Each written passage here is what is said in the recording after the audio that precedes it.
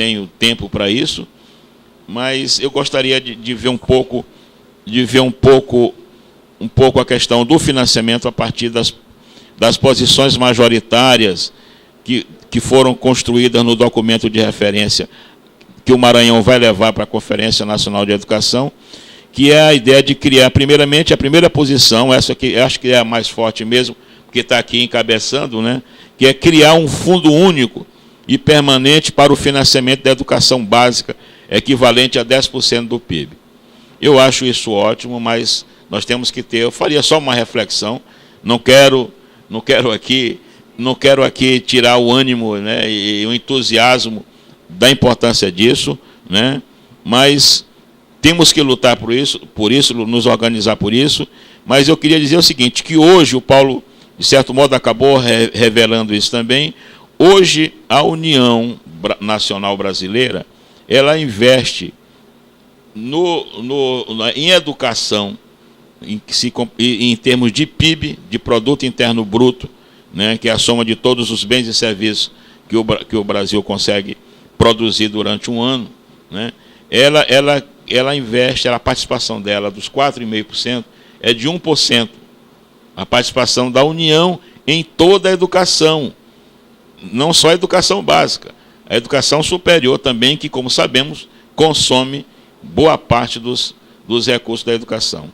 Então, se aqui nós estamos propondo um financiamento de elevar para 10% da educação básica do PIB, talvez eu sugeriria que a gente tivesse uma noção de temporalidade, né? De temporalidade. Hoje a União não participa, está distante de 1%, participa menos de 1%, o que eu estou querendo dizer, participa menos de 1%, né, na educação básica, a União, né? O PIB, como a gente sabe, é a soma de bens e serviços produzidos no país, e aí os municípios entram, né, o Estado e a Federação, né, em função disso tudo. Então, mas é importante manter isso aqui. Hoje o Brasil gasta 4,5%, né? Se a gente chegar dentro de uns 5 anos a 7%, acho que já é uma grande coisa, né? Então, no PDE, no Plano de Desenvolvimento da Educação, tem uma perspectiva de elevação, de chegar, se eu não me engano, a 5% ou 6%, né? Então, do PNE, o Plano de Desenvolvimento da Educação, né? Outra coisa que nas posições majoritárias é promover maior integração entre os governos municipal, estadual e federal. A gente comentou isso. Acho que isso aqui está ligado diretamente ao regime, à proposta de um regime de colaboração. Não pode mais haver uma forma de organização da educação básica no Brasil desse jeito. Eu creio que isso é impossível a gente assegurar colaboração com essa enorme quantidade de entes federativos. Eu creio cada vez mais que a gente tem que focar no município, desenvolver a educação municipal, porque ali é o lugar onde ocorre a história, onde as pessoas moram e vivem e constroem, e aí a gente pega os recursos da União, o recurso do Estado, em cima de um diagnóstico concreto e em cima de um planejamento efetivo, e não em cima do improviso. O que a gente quer daqui a 10 anos é passar de último lugar, de penúltimo lugar, para 10º, para 7º, e aí a gente pega os recursos da União, do Estado, e vamos trabalhar nessa direção. Então, eu acho que isso aqui é fundamental, eu acho que é a essência desse eixo 3 da conferência. Garantir suporte técnico, contábil e jurídico aos conselheiros do Fundeb, a fim de que exerçam com maior autonomia e segurança as suas funções. Claro que isso é fundamental, nós não podemos ter conselheiros do Fundeb que não saibam o que é uma peça orçamentária, que não tenham noções mínimas de que é uma política educacional. Então, isso aí é importante, né? Outra coisa, garantir um orçamento específico para pagamento da folha dos aposentados, um pleito excelente, independente dos 25%, essa é uma luta antiga, que nós temos que continuar com ela, né? Criar uma Câmara junto ao Poder Judiciário para dar maior celeridade aos possíveis processos decorrentes do uso indevido dos recursos do Fundeb. Formar conselhos para gerenciamento e controle fiscal dos recursos do Fundeb. Formar conselho. Outra é divulgar previamente a existência de eleições para membros do Conselho. Criar um sistema único de educação básica. Esse tópico aqui é aquilo, de certo modo, que nós falamos, porque tudo que comentamos até agora, na verdade, o que está previsto é uma espécie de sistema único de educação básica. Acho que esse é o pleito, né? É uma engenharia difícil, não vai ser fácil construir isso, mas nós temos que ir dando os primeiros passos como estamos dando. Como está dando o Ministério da Educação, como está dando o governo do Maranhão, e com certeza deverão ter aí outras instâncias fazendo o mesmo, porque esse é um problema que todos nós sentimos na pele. Ampliar a cooperação técnico-pedagógica e administrativa, isso é fundamental. Eu observando o que a gente tem observado pelo Proforte, a gente precisa ter institucionalidades, melhorar as secretarias, fortalecer o papel institucional dela, temos que ter bons e boas professoras, quadros técnicos bons, mas é fundamental que a gente tenha também ao lado disso um sistema de assessoramento técnico, de assistência técnica, de supervisão técnica, né? Nesses municípios do Proforte, mais da metade, 70% no mínimo, de toda a rede escolar, ela é do campo, são escolas multisseriadas e unidocentes, e em geral a gente passa ao largo, não enfrentamos isso aí, e a assistência técnica pedagógica que é dada, ela é muito tangencial, precisamos de investir nisso.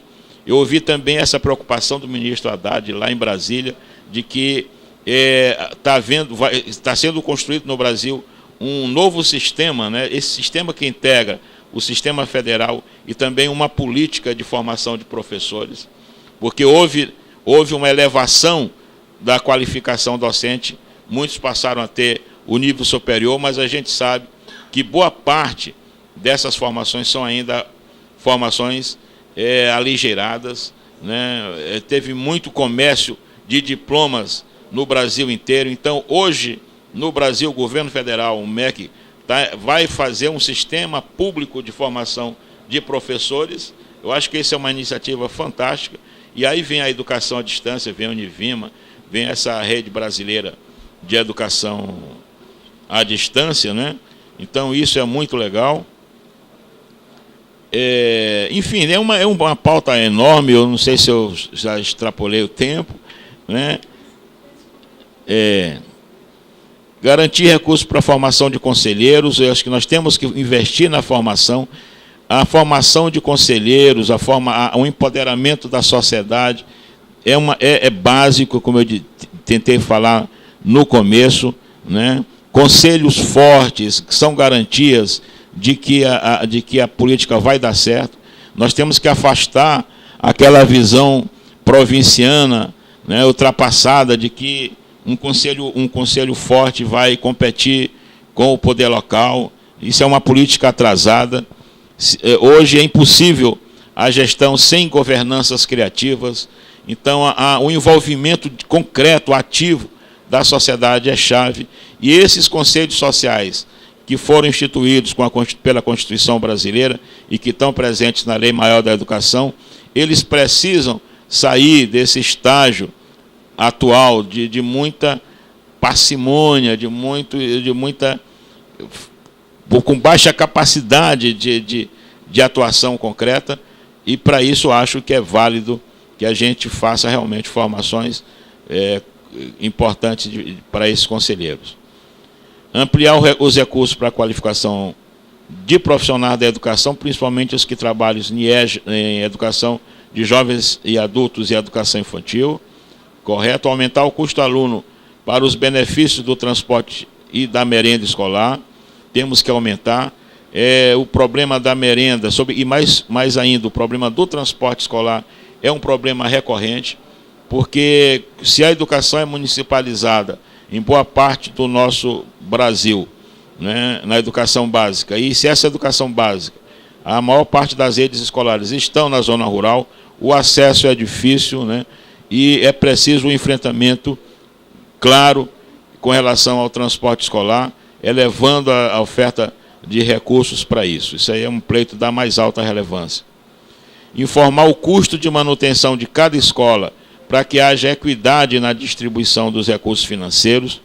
E, nesse particular, eu gostaria de chamar a atenção àquilo que o Paulo também chamou, que é a questão da gente valorizar e colocar como meta focal, fundamental, o custo aluno-qualidade. Já há toda uma tecnologia que foi montada sobre isso, né? Foi exposta, inclusive, nesse fórum da Undime em Brasília e no Pradime, né? A ideia de um custo aluno-qualidade, porque o que nós temos hoje na educação básica, na verdade, não é isso, é a mera divisão dos recursos disponíveis pela quantidade de alunos. Então, não está implícito nenhum sentido de qualidade. Não se pode pensar em elevar a qualidade da educação se ele custa...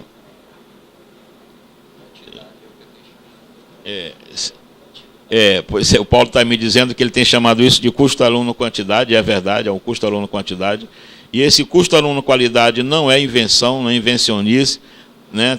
Tá previsto, só que nós ainda não, por força da pouca disponibilidade de recursos, nós ainda não conseguimos avançar.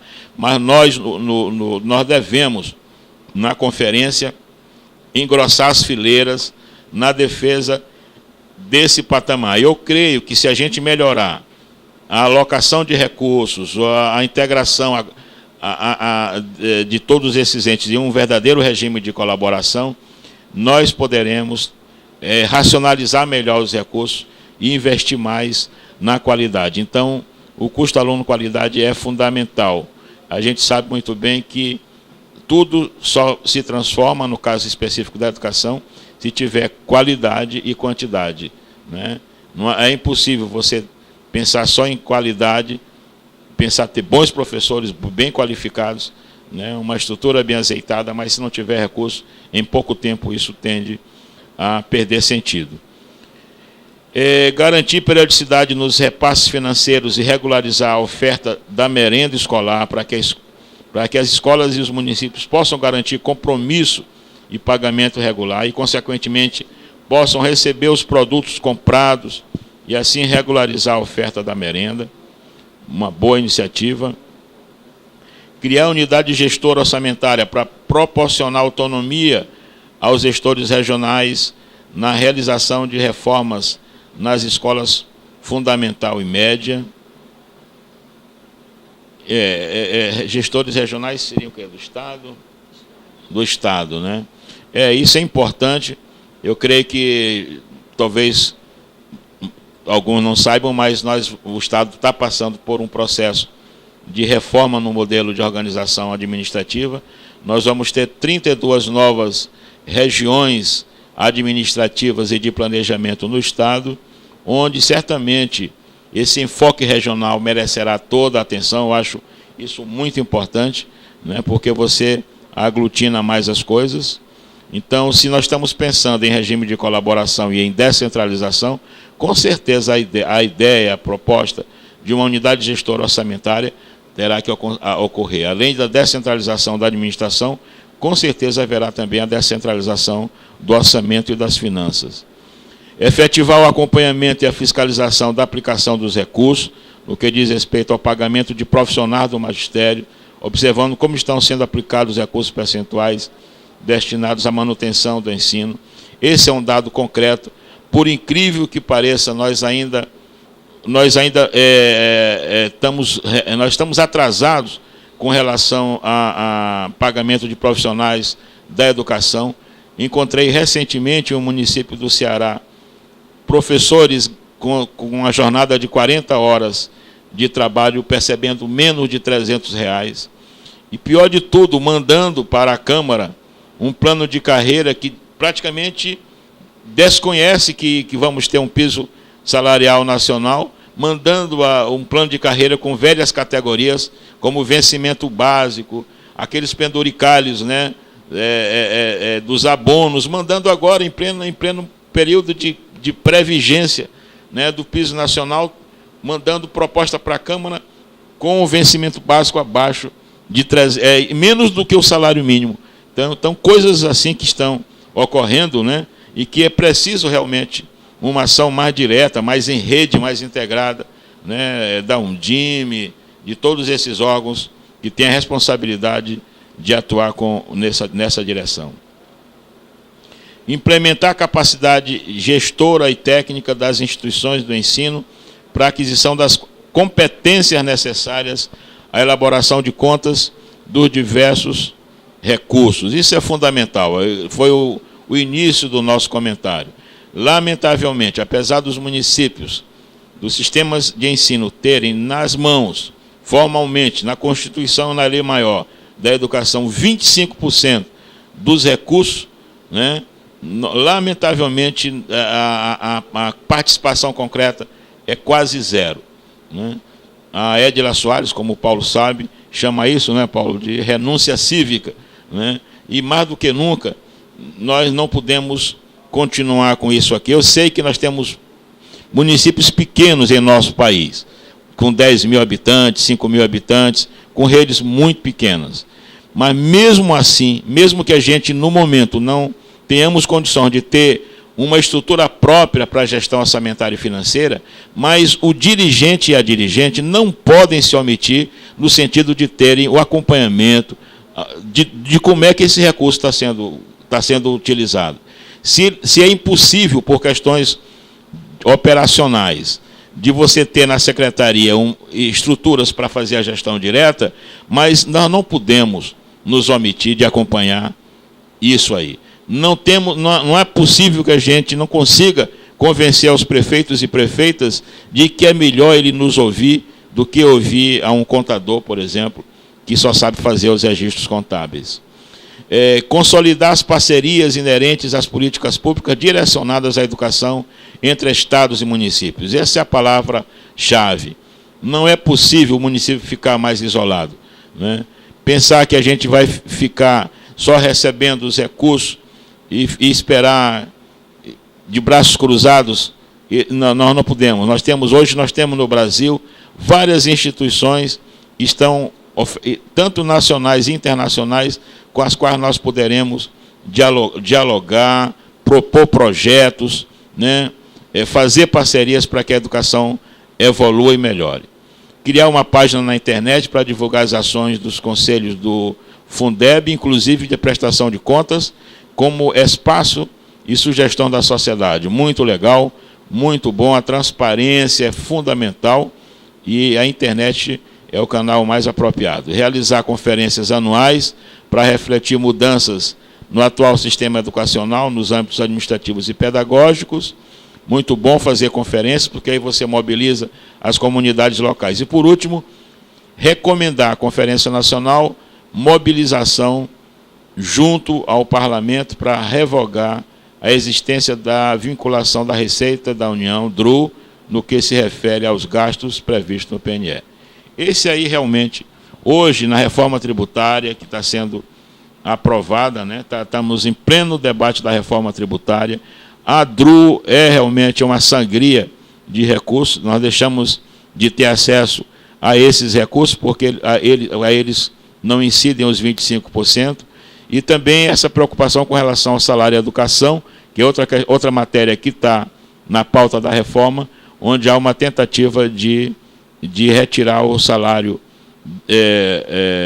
educação e passar para o IVA, colocar no conjunto do IVA. Eu acho que a recomendação da Undime com relação a isso é que a gente vá para a conferência defendendo a ideia de que a gente deve preservar o salário e educação, porque ele é, de fato, um recurso vinculado e a gente não sabe o que poderá acontecer se ele passar para o IVA, né? E aí ele pode perder essa característica da vinculação. Como disse o Paulo, se reportando da história da educação brasileira, né, a questão da vinculação dos recursos orçamentários e financeiros em matéria de política educacional foi um ganho e que nós não podemos perder. Hoje nós temos 25% de recursos vinculados. Eu creio que é possível, sem grandes traumas, chegar a 30%, né? E isso não será, obviamente, no curto prazo, porque já tem muitos municípios, né, que aplicam mais do que 25%. Então, como nós temos, a partir do que ele expôs aqui, temos aí uma dívida histórica com relação à educação enquanto política de Estado, pelas omissões, né, 200 anos de omissões iniciais no início do processo da colonização, e depois, né, uma forma meio difusa de inserção da União, mas, felizmente, eu creio que hoje nós temos várias institucionalidades, vários instrumentos que são colocados, né, e que nós devemos aproveitar. Né? Nós devemos aproveitar essa predisposição que há hoje de mexer na questão educacional. Hoje nós estamos mexendo em vagas nas universidades, há uma possibilidade de um plano nacional de formação de professores em instituições públicas, isso é uma coisa muito legal. Estamos ampliando o número de Cefetes, de escolas técnicas, né? Enfim, eu acho que nós estamos vivendo um momento favorável, a sociedade está organizada, está cada vez mais se amadurecendo, né? Nós podemos encontrar em várias esferas dos sistemas companheiros e companheiras que estão interessados em melhorar a educação nacional, mas nós precisamos, obviamente, continuar mobilizados e defendendo as nossas teses de fortalecimento da educação básica municipal. Então, eu gostaria de agradecer, eu creio que agora a gente passamos agora depois do intervalo, né, nós vamos fazer um intervalo de 5 minutos, né, e depois abriremos para a interatividade nesse diálogo com todos e todas. Muito obrigado. Outras despesas. Quais outras despesas estão encampadas aí nessa fatia da pizza? Aí estão as transferências a estados e municípios. Mas eu queria, nesse item aí, quando a gente fala em transferência a estados e municípios, gostaria de fazer a seguinte reflexão. Pois, vez ou outra, e constantemente, diz-se que os municípios vivem às custas da União. Será se isso é verdade? E como se a União fosse quem garantisse a sobrevivência dos municípios, é isso que a gente tem ouvido e é bastante exportado nos discursos, né, de quem está no poder central. Bom, eu diria o seguinte para vocês. Os principais impostos arrecadados nos municípios são IPTU, ISS e ITBI. Bom, esses impostos, eles, no estado do Maranhão, onde nós temos aí cerca de 60% a 40% da população abaixo da linha de pobreza, tem condições de pagar esses impostos? Não. E os demais impostos, né, que são pagos pelas pessoas que têm acesso aos bens de consumo, esses impostos não ficaram para os municípios, mas são pagos pelos munícipes. Daí é necessário fazermos a seguinte reflexão: será que é de fato o Estado, aí a União, é quem mantém os municípios, ou são os municípios, a partir dos seus gastos, é que mantém a União? Por que essa reflexão ela é necessária? Para sairmos de um raciocínio de que somos dependentes, de que os municípios não contribuem. E se a gente observar que os principais serviços, como serviços de energia, serviço de água e telefonia, que são serviços que deveriam estar dentro do rol, dentro da cesta de impostos dos municípios, esses se transformaram em ICMS, ou seja, os melhores impostos foram subtraídos das receitas municipais para garantir receita aos estados e à União. E depois eles nos devolvem esse recurso como transferência, como ajuda. E aí eu gosto de sempre fazer a reflexão que na realidade não é uma transferência, e sim uma compensação, uma devolução aos municípios. Ok? Quais as principais características que esse fundo que ampliou o Fundef traz na sua lei 11.494? Os principais aspectos são que ele vai abranger agora toda a educação básica, da educação infantil até o ensino médio. E o que nos surpreende, e aqui nós precisamos reconhecer o esforço do Congresso Nacional e do Governo Federal, é em ampliar as modalidades que no Fundef estavam confinadas à educação infantil, à educação especial, e o Fundeb, ele é corajoso, inclusive reconhecendo o esforço daqueles municípios, daquelas escolas que investem na educação em áreas quilombolas ou indígenas, serão financiadas com recursos maiores do que da educação regular, bem como resgata um financiamento que desde a ditadura militar nós não tínhamos investimentos nessa área que é a educação profissionalizante.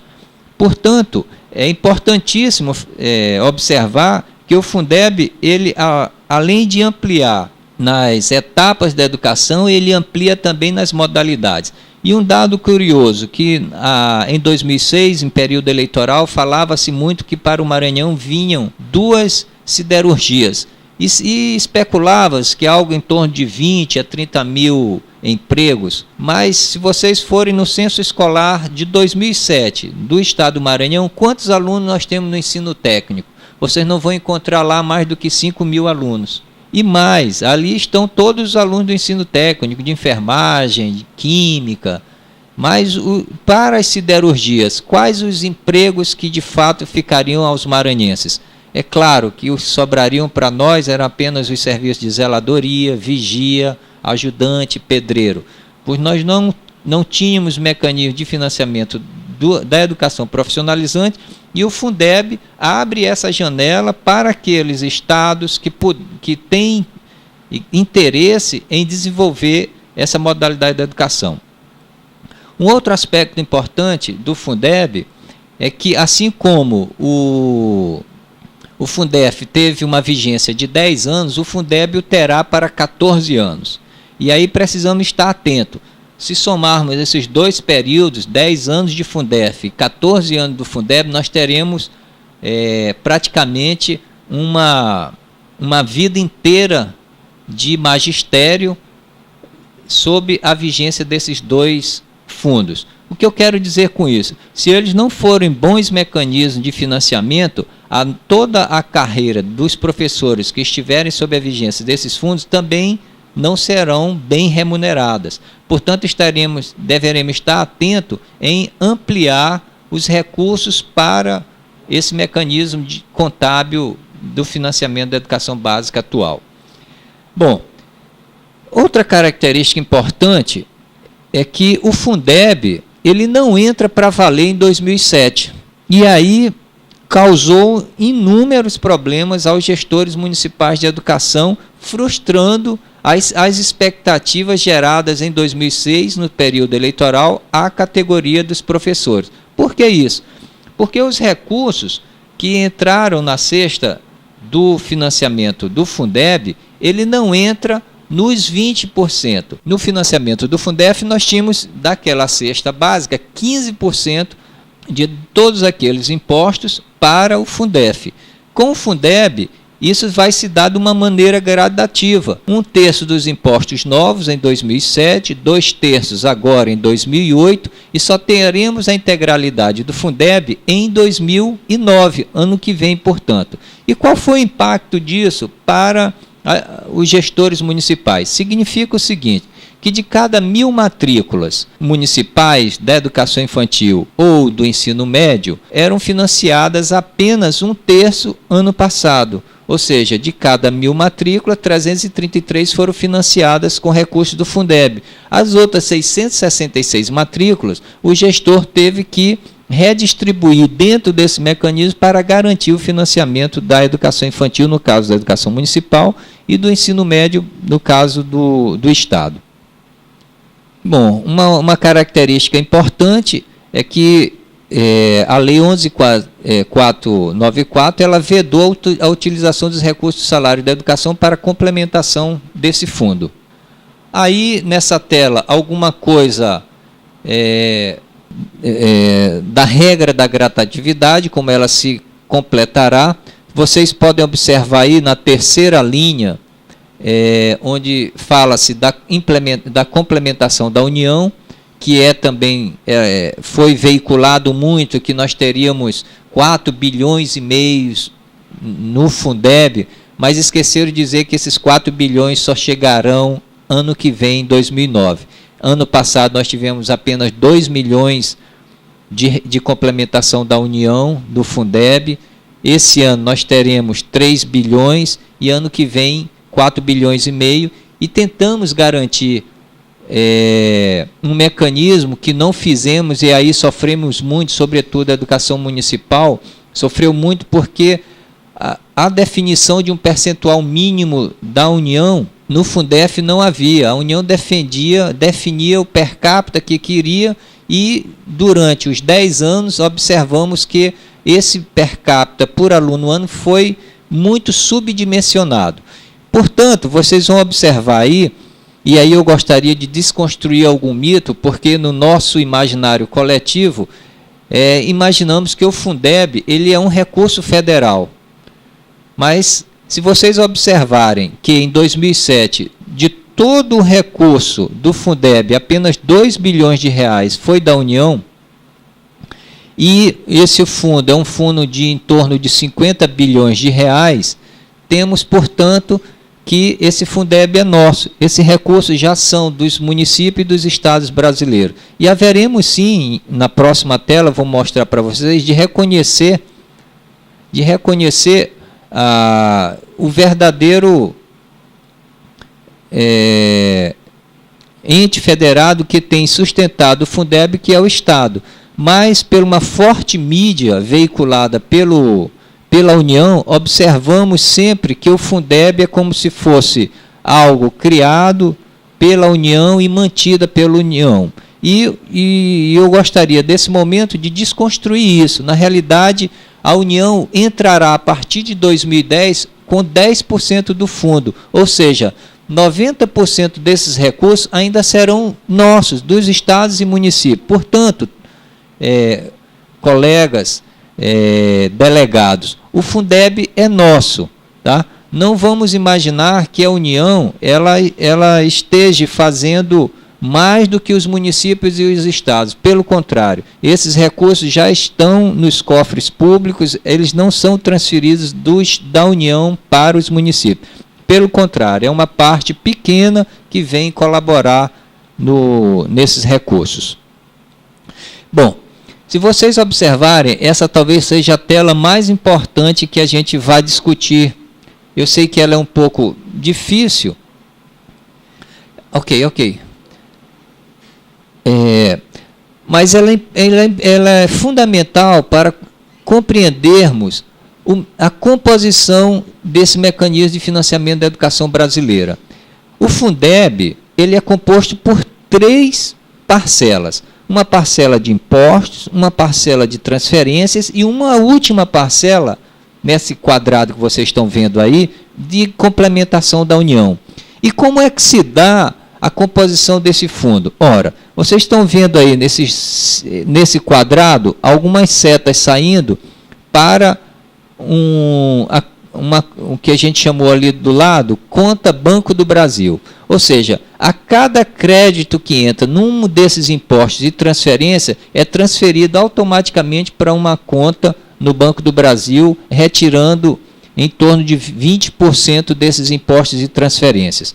Esse débito nas contas do Estado e dos municípios maranhenses, eles irão para uma única conta e nós teremos, portanto, quantos créditos aqui, turma? Nós teremos 218 créditos nessa conta do Banco do Brasil. Por que nós teremos esses 218 créditos? Nós vamos debitar os 217 municípios e uma conta do Estado. Então, nós teremos, imagine o tamanho dessa conta, né? É enorme, né, esses valores. Mas o importante, a felicidade desse mecanismo de financiamento da educação é que nós somos capazes de redistribuir proporcionalmente ao número de matrículas. Aqui é que está a chave que garante a sustentação do Fundeb. Por quê? quanto mais matrículas o ente federado tiver, mais recurso ele terá. Portanto, assim que esses recursos são transferidos para a conta do Banco do Brasil, eles serão redistribuídos para os 217 municípios e mais o Estado, a proporção de suas matrículas. Até aí, vocês viram recursos do governo federal? Não. Nós estamos trabalhando com os recursos estadual e municipais.